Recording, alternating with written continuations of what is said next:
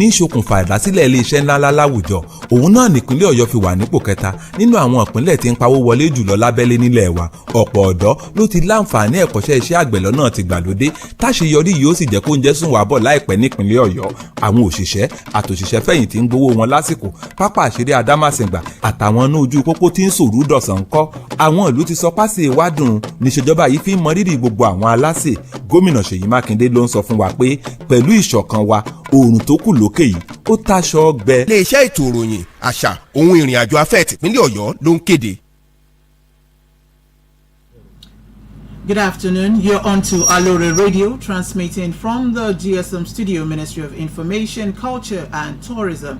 This is the World News. I am Aboyede Oju. First, the highlights. Oyo State Government fixes collapse barricade on Mokola flyover in less than 24 hours. Oyo Tribunal finds 60 for flouting sanitation laws. Governor Makinde withdraws appointment of local government secretaries, supervisory councillors, and others. Nigerian government demands probe into mysterious death of citizen jailed in Côte d'Ivoire. And on the foreign scene, Israeli ex-Prime Minister Netanyahu back in court for corruption trial. And now the news in full. The government of Oyo State has announced the reopening of Mokola flyover to traffic following the completion of repair works on the collapsed barrier on top of the bridge barely less than 24 hours after its collapse yesterday. The Oyo State Road Transport Management Agency had suspended the use of the bridge following the collapse of the barricade installed on the bridge to prevent use by heavy-duty vehicles. A statement by the Chief Press Secretary to Governor Seyi Makinde, Taiwo Adisa, which quoted the chairman of OITMA, Mogaji Akinfagbemi, indicated that the flyover has been reopened to traffic from early hours of today. The statement, however, thanked the good people of Oyo State for their understanding while the closure lasted and assured the people of Oyo State that the incumbent administration will continue to work round the clock to ensure quality service delivery, free flow of traffic, and sanity on the roads at all times. The Oyo State Environmental Tribunal Court has fined not less than 60 persons for flouting the state's environmental sanitation laws during the week exercise along Bodija, Iwo Road, and few other areas in Ibadan. While giving his verdict, the magistrate Rahim Wasiu stated that in as much as the offenders were caught dumping refuse in unauthorized areas and were found guilty for violating the environmental sanitation and waste management laws, they were charged a fine between 5,000 naira and 25,000 naira, ranging from the degree of offences, while 3 other persons opted for community services.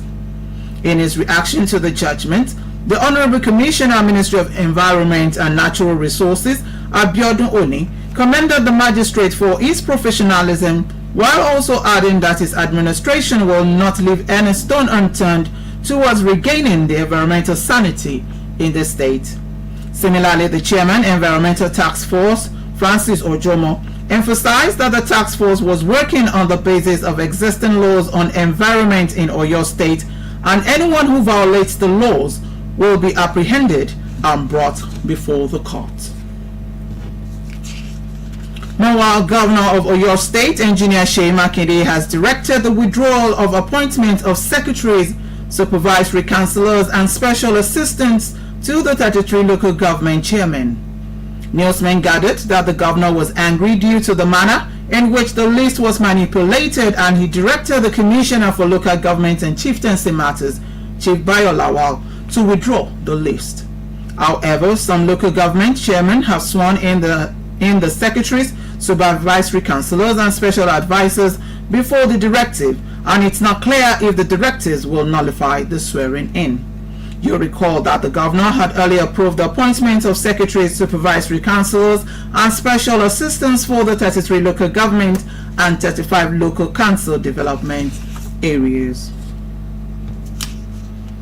The Nigerian government has demanded a full autopsy on the sudden and mysterious death of Itunu Babalola, a Nigerian lady sentenced to 20 years imprisonment for alleged human trafficking in Côte d'Ivoire. Chairman of the Nigerians in Diaspora Commission, Abike W. Erewa, made the demand while condemning the death of the lady said to have been wrongfully jailed. In a statement by the Commission spokesman, Abdulrahman Balogun, NIDCOM revealed that Itunu's case caught its attention about 5 months ago, adding that the death of the lady was a tragic blow that came at a time the Nigerian mission in Côte d'Ivoire had engaged the services of a lawyer to handle her appeal case. According to NIDCOM, staff of the Nigerian mission had visited Itunu in prison situated in the hinterland, but unfortunately, Itunu died abruptly while all hands were on deck to seek both legal and diplomatic intervention for her by Nigeria. And on the foreign scene, former Israeli Prime Minister Benjamin Netanyahu is said to have appeared for a court hearing on corruption charges today in Jerusalem. Netanyahu, now opposition leader in parliament after he was overthrown by a broad coalition of rivals in June, arrived at the Jerusalem courthouse without the large security contingent and crowds of rival protesters that were on hand when he appeared as premier. He has been charged with bribery, fraud, and breach of trust in 3 separate indictments that collectively accuse him of accepting improper gifts and illegal trading regulatory favor with media moguls in exchange for positive coverage. The testimony of his former spokesman, Nir Hetfizer, is expected to shed light on the ex-premier's dealings with the Bezek telecommunication group. And now, before I end the world news, the highlights again. Oyo State government fixes collapsed barricade on Mokola flyover in less than 24 hours. Oyo Tribunal fined 60 for flouting sanitation laws. Governor Makinde withdraws appointment of local government secretaries, supervisory councillors, and others. Nigerian government demands probe into mysterious death of citizens jailed in Côte d'Ivoire. And on the foreign scene, Israeli ex-Prime Minister Netanyahu back in court for corruption trial. And that ends the world news at the hour. Please continue to join Alore Radio on the various social platforms at Alore. My name is Abuyede Ojo. Thank you for listening.